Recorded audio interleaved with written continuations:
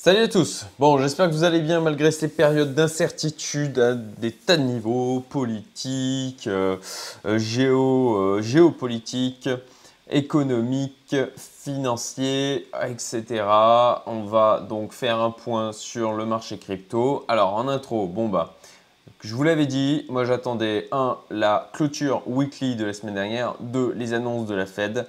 Donc, clôture weekly de la semaine dernière, bah, je crois que c'est assez clair, hein. On a pété les 40K, voilà, on a clôturé à 36 263 approximativement. Donc, on reste au-dessus des 35 000. Ce qui n'invalide pas, moi, mon deuxième scénario que je vous avais partagé dans la vidéo du 6 janvier. Je mettrai en haut à droite. Euh, donc, voilà, la Fed, qu'est-ce qu'ils ont choisi de faire? Eh ben, ma foi, rien de très surprenant. Euh, Ils avaient le choix entre limiter l'inflation, sauver les marchés. Bon, ben, comme d'habitude, ils ont choisi de sauver les marchés puisque l'inflation qui va le plus en souffrir, eh bien, le retail, le bas peuple, la populace. Et donc, c'est toujours elle que l'on tend. Il ne faut pas se leurrer. Donc, voilà, bah, écoutez, c'est ce sur quoi je misais aussi. Et c'est pour ça que j'attendais aussi ces annonces de la Fed. Parce que pourquoi changer? Pourquoi changer, hein? Bon, voilà. Ensuite, bon, ben, clairement, c'est une période stressante aussi pour moi. Alors, je suis beaucoup moins serein que je ne l'étais lors donc de la baisse que l'on avait eue entre mai, voilà, la grosse chute que l'on avait eue en mai, et puis donc jusqu'à à peu près mi-juillet. Pourquoi? Parce que, comme je l'ai dit plusieurs fois, le marché se transforme, qu'il est donc comme un ado. Il est en pleine adolescence, notre marché crypto. Et il est en train de muer, il y a des choses qui se transforment, il ne comprend pas trop lui-même ce qui se passe dans son corps. Et puis il a du coup des réactions qui sont imprévisibles. Voilà, un jour ça peut aller très bien, le lendemain c'est la catastrophe. Et voilà, et c'est comme dans toute transformation, c'est pas forcément très beau. Et c'est pour ça que c'est plus stressant. Je trouve que c'est plus stressant. Au final, mon scénario que j'avais dépeint pendant donc après la grosse chute de mai, ce qui était de dire bon bah ok, là on est en train de bousiller tout le monde, de faire peur à tout le monde. On repart, un nouvel ATH. Bah oui, effectivement, on a fait un nouvel ATH. Par contre, bah, c'était un tout petit ATH, quoi, hein. C'est même bon, la théorie de Benjamin Sultan de Cryptelite, hein, c'est effectivement qu'on est dans un gros range. Effectivement, alors peut-être quand même un range haussier, c'est là enfin un range haussier, est-ce qu'on peut appeler ça du coup un range? Bon, ça on va y revenir, donc c'est mon deuxième scénario. Mon deuxième scénario qui, pour moi, est dans cette transformation de marché, on est sur une hausse qui pourrait durer sur 2-3 ans avec des espèces de bear market pur court-termiste de quelques mois. Donc, voilà, pour moi ça reste valable si on ne casse pas donc cette MMA MMA 100, voilà, que l'on a donc ici. Euh, Par contre, effectivement, la MMA 89, elle, on l'a cassée et c'est ce qui me fait douter aussi. Voilà, donc bon, on va voir. Voilà, la prochaine échéance que j'attends, c'est la clôture weekly de cette semaine, en espérant que l'on reste au-dessus des 35 et peut-être que l'on va revenir au-dessus de la moyenne mobile 89.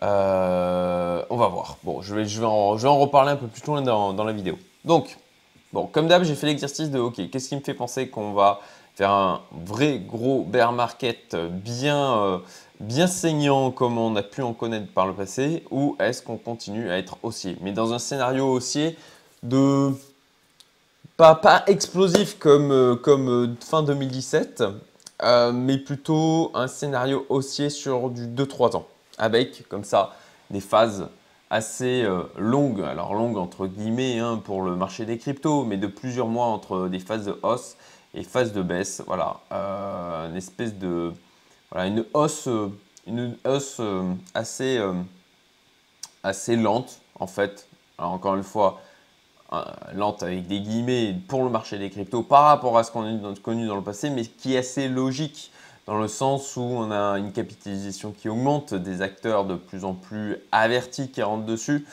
et ça n'a rien de trop surprenant, de trop anormal non plus. Enfin, ça ne l'est pas du tout en fait, c'est absolument pas anormal. Donc voilà, bear, eh ben, les 44 n'ont pas tenu en weekly. Fébrilité et inquiétude mondiale, donc à des tas de niveaux, comme vous le savez si vous suivez un tant soit peu, ou même si vous parlez juste avec des gens, je pense que ça suffit pour être tenu au courant. Voilà, MRVZ Score, alors je vais le prendre. Alors ça, je l'avais mis en plutôt boule le 6 janvier. Bon, moi, là, ce qui ne me plaît pas trop, c'est, vous voyez, on est allé encore plus bas que le point le plus bas de juillet. Ça, pour moi, c'est pas très bon signe. Voilà, pour moi, c'est pas très bon signe. Donc, voilà, on peut le voir hein, par le passé, effectivement, on a eu des grosses hausses, et puis quand on part comme ça sur des points de plus en plus bas, et ben, on finit par toucher, par aller à la cave, quoi. Voilà. Donc pour moi, ça, c'est quelque chose de négatif. Net Unrealized Profit and Loss. Alors ça aussi, je l'ai mis du coup dans la partie argument bear. Voilà. De la même manière, là, on a fait un nouveau plus bas. Même chose par rapport à juillet. On est dans une zone, alors on a vu aussi, hein, on a fait un... Au final, si je regarde avec un autre œil, compte tenu des nouvelles informations que l'on a, des nouvelles dispositions de marché, on peut dire que là, on a fait un plus haut, là, on a fait un plus haut moins haut, et là, on fait un plus bas, encore plus bas. Ça aussi, pour moi, ça, c'est pas très bon signe, quoi. Puisqu'on est encore loin des zones, vous voyez là, de capitulation, on est encore loin de ces zones-là. Par contre, manifestement, là, d'un point de vue purement graphique, on se dirige vers ça. Les mineurs aussi vendent davantage. Voilà, ça aussi. La dernière fois, 6 janvier, je vous disais, bon, bah ça va, les mineurs ne vendent pas. Bon, bah là, ils sont mis à vendre. Ils sont mis à vendre. Donc, voilà, la diminution du nombre de bitcoins qu'il possède, enfin, voilà, ça diminue. D'ailleurs, on peut remarquer que c'est de moins en moins important. Là, ils se sont mis à vendre aussi, certainement pour les mêmes raisons que moi, je vais diminuer mon exposition. Tout simplement parce qu'on a des probabilités d'aller plus bas et de passer en bear qui augmentent. Les probabilités d'avoir une continuité haussière, clairement, elles ont diminué. Alors quand même, on garde des éléments dans le vert. La Fed, comme je disais, sauve les marchés plutôt que réduire l'inflation. Donc on choisit de continuer à appauvrir le gros de la population. Le Fear and Greed Index qui reste assez bas. Donc moi toujours, hein, c'est un truc qui est positif, le fait qu'on soit dans la peur pour pouvoir se positionner ou pour appréhender un petit peu comment le marché se sent. Donc on est quand même dans la peur depuis un bon moment là. Vous savez hein, comment ça évolue les marchés, c'est pas des lignes droites vers la hausse ou vers la baisse, et c'est fait partie des éléments que je prends en compte dans ma stratégie personnelle, je vais y revenir. Le nombre d'adresses supérieur avec plus de 1000 bitcoins, bon ça reste stable hein, de ce côté-là. Eux, ils restent tranquilles. Alors ça c'est intéressant d'un point de vue toujours moyen, long terme. Ça c'est vraiment un élément et c'est pour ça que ça vient renforcer mon scénario d'une hausse, mais plus lente. Alors, voilà, on pourrait dire que ça ressemble à ce qui s'est passé de mai à juillet. Est-ce qu'on aurait un bis repetita Est-ce qu'on serait voilà, dans vraiment une nouvelle condition de marché? Et ça va aussi dans le sens de mon scénario d'une hausse sur 2 3 ans, avec comme ça des phases, hop, je fais un nouvel ATH et puis boum, je retombe là, puisqu'on est tombé, on est allé descendu jusqu'à, alors là j'ai fait l'exercice de mettre jusqu'à 55 ce qui nous fera arriver près des 30 000 hein, par rapport à ce qu'on a eu déjà là autour du 31, autour de entre mai et juillet. Alors, là où moi, si ça va taper au niveau des 30K, je pense que là, je pense pas en fait que ça ira jusqu'au 30K. En tout cas, je ne le souhaite pas. Je ne le souhaite pas parce que à ce moment-là, alors il faudra encore regarder les clôtures weekly, hein, comme vous le voyez ici. Là, je suis en weekly. Il faut regarder. Là, on a eu des belles mèches hein, déjà qui ont été bien en dessous des 35. Est-ce que là, on ne pourrait pas se faire une belle mèche jusqu'au 30? Oui. Ensuite, encore une fois, clôturer en dessous des 35 en weekly. Ah bon, bah là, pour moi, ça invaliderait mon scénario de hausse sur 2 3 ans, de hausse donc longue.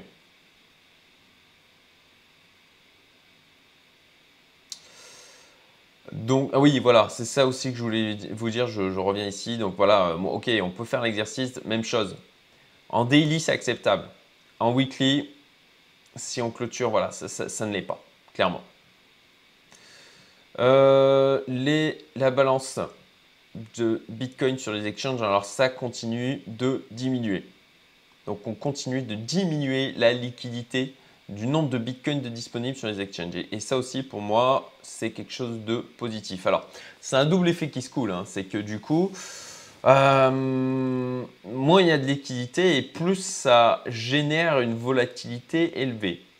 Et plus ça facilite le travail aussi de tous ceux qui sont des professionnels plus avertis qui possèdent des capitaux importants. Alors ça fait, c'est notamment les institutionnels et les baleines qui ont les moyens de faire bouger le marché. Et ben ça leur donne d'autant plus de capacité de, alors c'est encore une fois, hein, ça me paraît logique, je peux me tromper, mais je trouve que ça leur donne d'autant plus de capacité de manipuler le marché qu'on a un nombre de bitcoins sur les exchanges qui diminue. Le nombre d'adresses actives continue d'augmenter, donc ça aussi, moyen, long terme, c'est quelque chose de positif. Voilà, ça c'est un truc que je voulais vous montrer.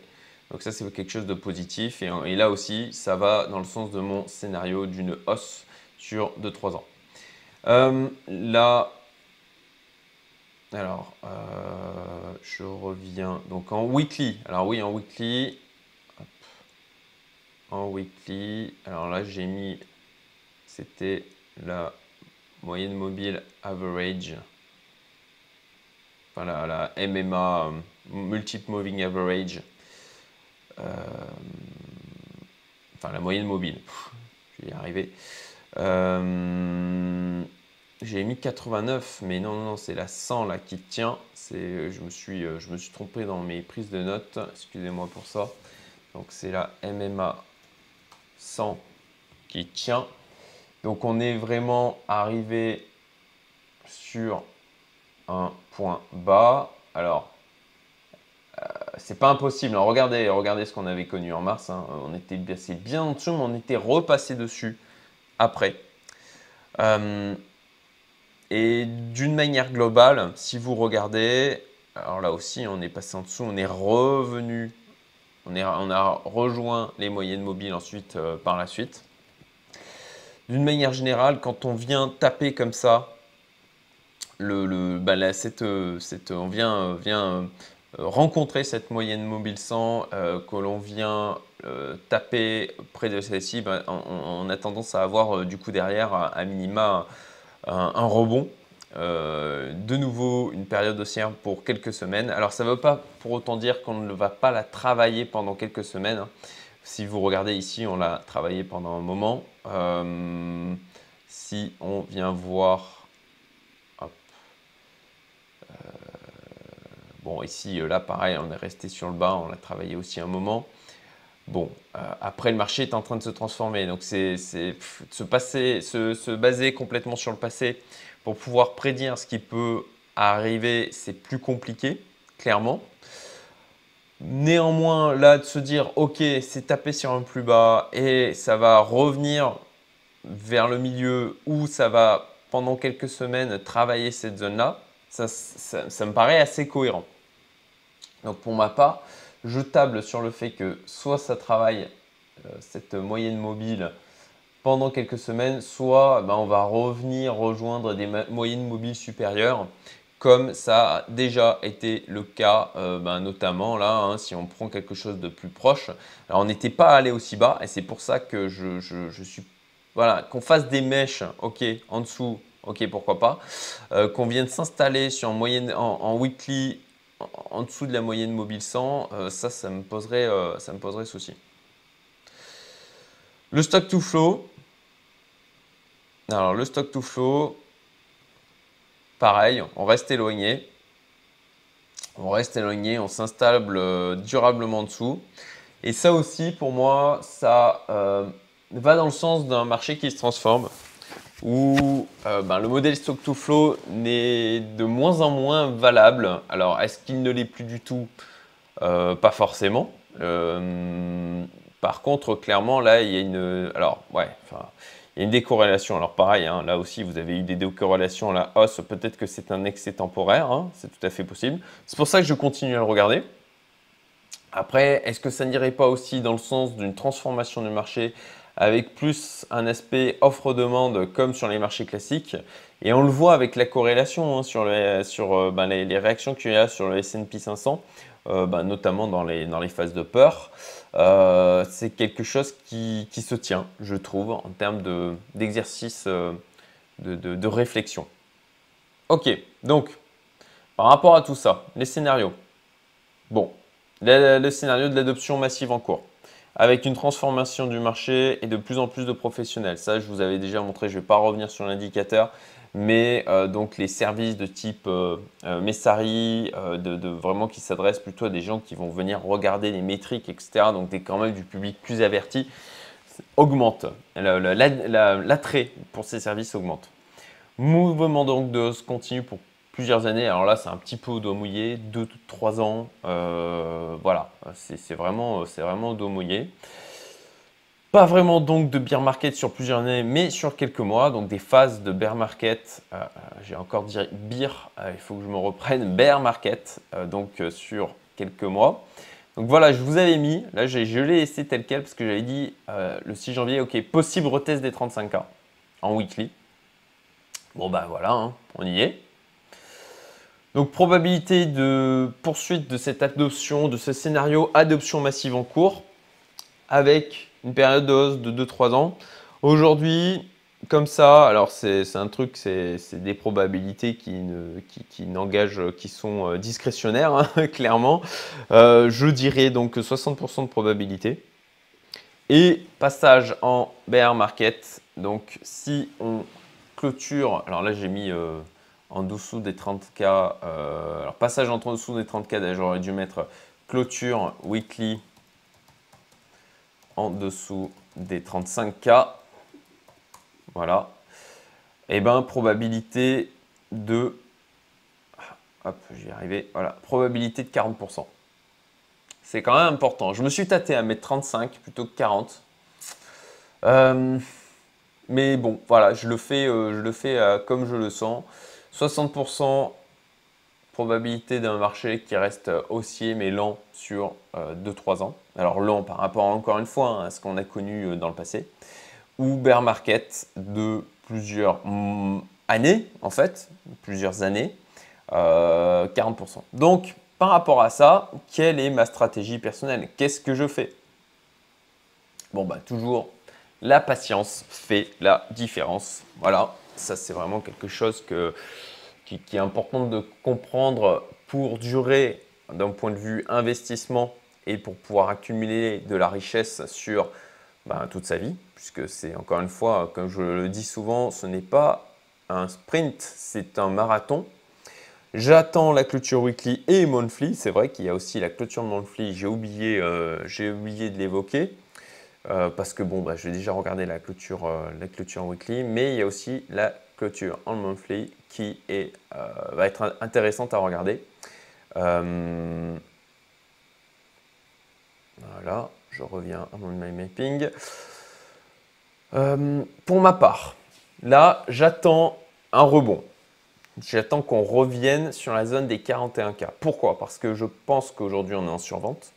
Ça a été un excès vers le bas et que, bon, bah, comme toujours, comme dans la plupart des cas, on a un rebond technique qui se produit et que ça correspond à la MMA 55 en weekly. Donc, voilà, hop, 55, c'est la violette, si je ne dis pas de bêtises. Voilà, je me positionne en weekly, non, voilà, je suis en monthly, voilà, je reviens en weekly, ok. Donc là, en weekly, j'ai donc ma MMA 55 qui aujourd'hui est à 43 277, mais elle va continuer à descendre, hein, il ne faut pas se leurrer, elle va continuer à descendre. Donc c'est plutôt moi la zone des 41 000 que je vise pour en fait prise de perte, voilà, sur mon portefeuille perso que je vous ai déjà partagé hein, dans la partie points sur les mandats de gestion. Alors, est-ce que je l'ai d'ouvert là? Hop, oui, je l'ai d'ouvert. Comme ça, je vous montre hein, concrètement. Et je suis voilà, 59 900, bon, 60 000, moins 41,78%. Alors, moins 40% pour être exact, hein, puisque j'avais rapatrié des projets qui traînaient de ci, de là dans ce portefeuille.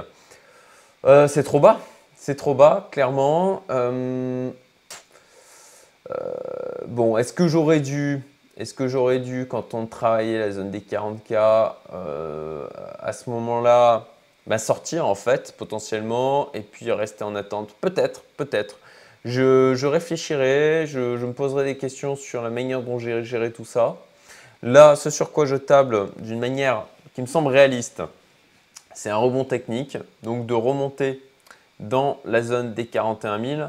Et à ce moment-là, ce portefeuille, je vais vendre et tout couper et prendre mes pertes. Voilà, il faut agir comme un grand. Hein. C'est le jeu. Parfois, on fait des gains, parfois on fait des pertes. Et puis, il faut accepter donc de prendre ses pertes. Et en l'occurrence, je les prendrai.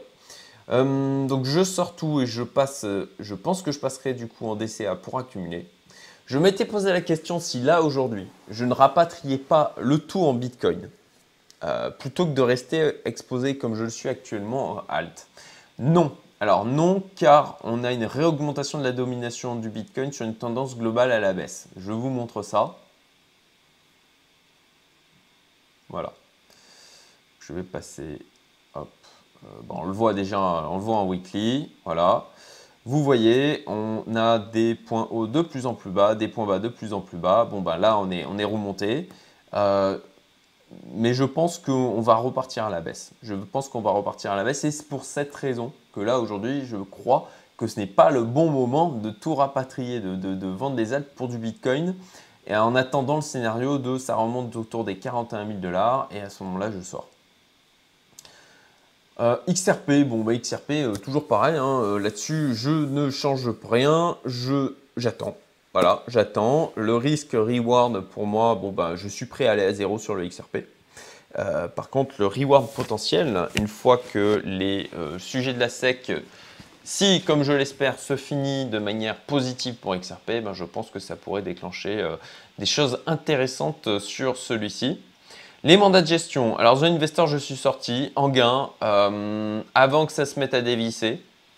À ce moment-là, déjà, je me suis dit, en fait, j'avais fait le bilan, ça, je vous en avais parlé. Hein, je m'étais dit, The Investor, ok, au final, ok, je suis en gain. Par contre, alors, en gain, puisque la monnaie, l'étalon de valeur, c'est le Bitcoin sur ce mandat de gestion, c'était le Bitcoin. Donc, je suis en gain en Bitcoin. Par contre, par rapport à ce que j'avais gagné depuis avril 2021 Et par rapport au risque pris d'exposition sur les altes, pour moi, ça valait pas le coup. Donc, j'ai décidé d'enlever je suis sorti à 1,17 Bitcoin, si je me souviens bien. Et après, donc, j'en ai sécurisé une partie. J'en ai dispatché une partie sur de la CFI, sur de la DeFi. Enfin, surtout de la CFI, parce que j'ai rien trouvé vraiment d'intéressant en termes de défi, ou alors j'ai très mal cherché.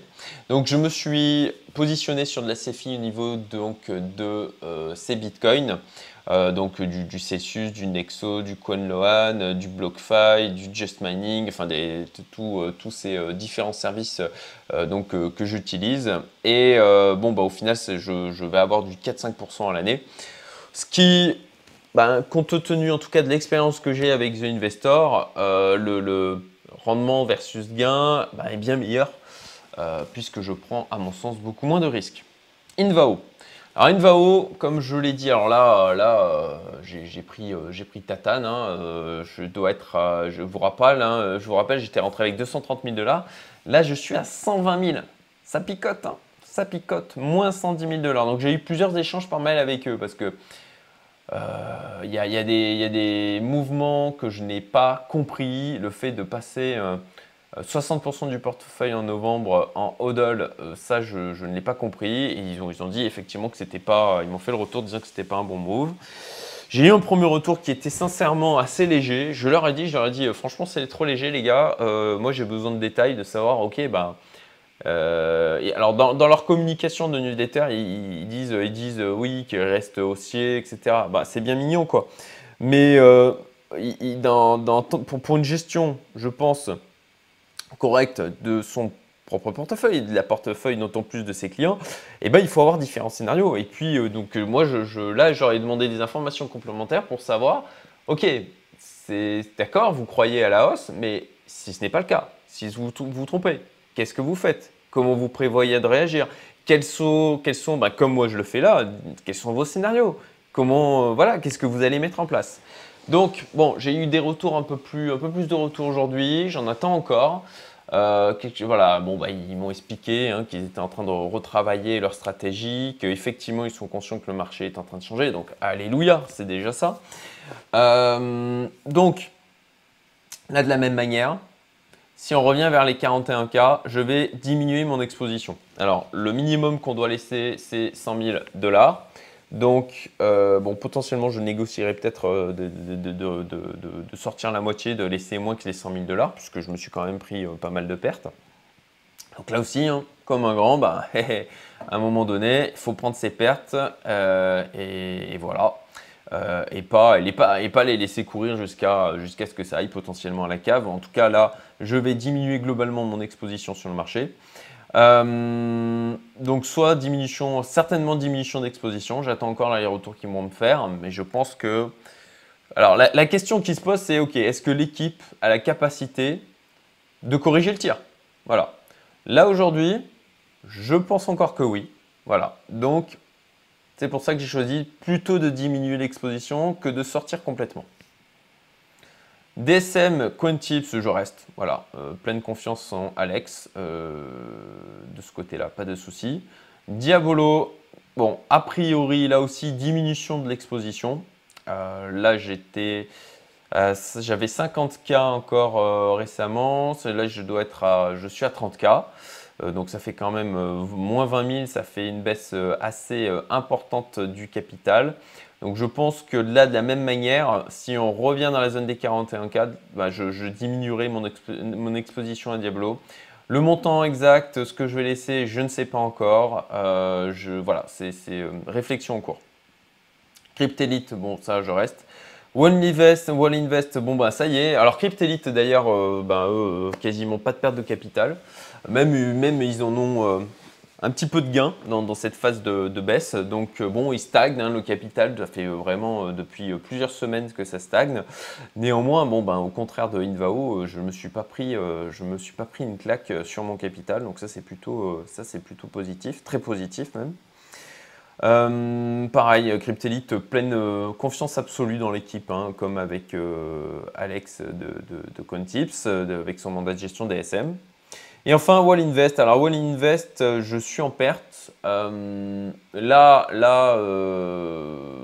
bah, cette fois, par rapport à cette baisse, hein, il y a eu une baisse du capital qui a été quand même pas anodine. Néanmoins, je reste déjà parce que j'ai peu d'argent dessus.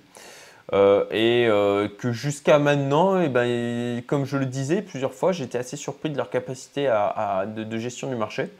La baisse est significative, mais pas non plus catastrophique. Donc je reste. Voilà, je crois que je dois être à 3700 $, un truc comme ça.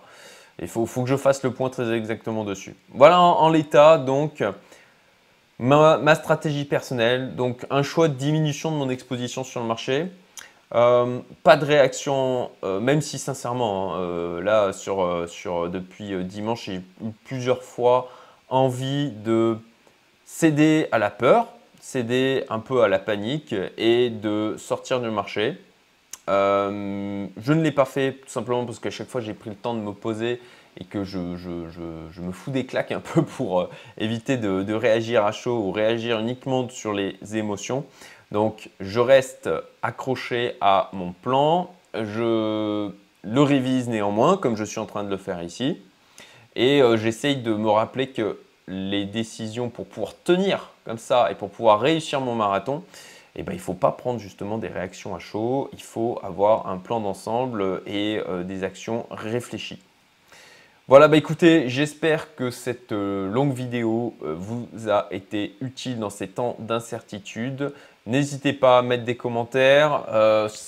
J'oublie tout le temps de le faire, mais je vous rappelle, j'ai une communauté privée d'entrepreneurs, investisseurs. Si ça vous intéresse, allez sur le site et vous pouvez candidater. Et je vous souhaite une très bonne journée. Like, partage pour m'aider à faire croître la chaîne. Ça me permettra aussi de me remercier du travail que je fais. À très bientôt. Salut!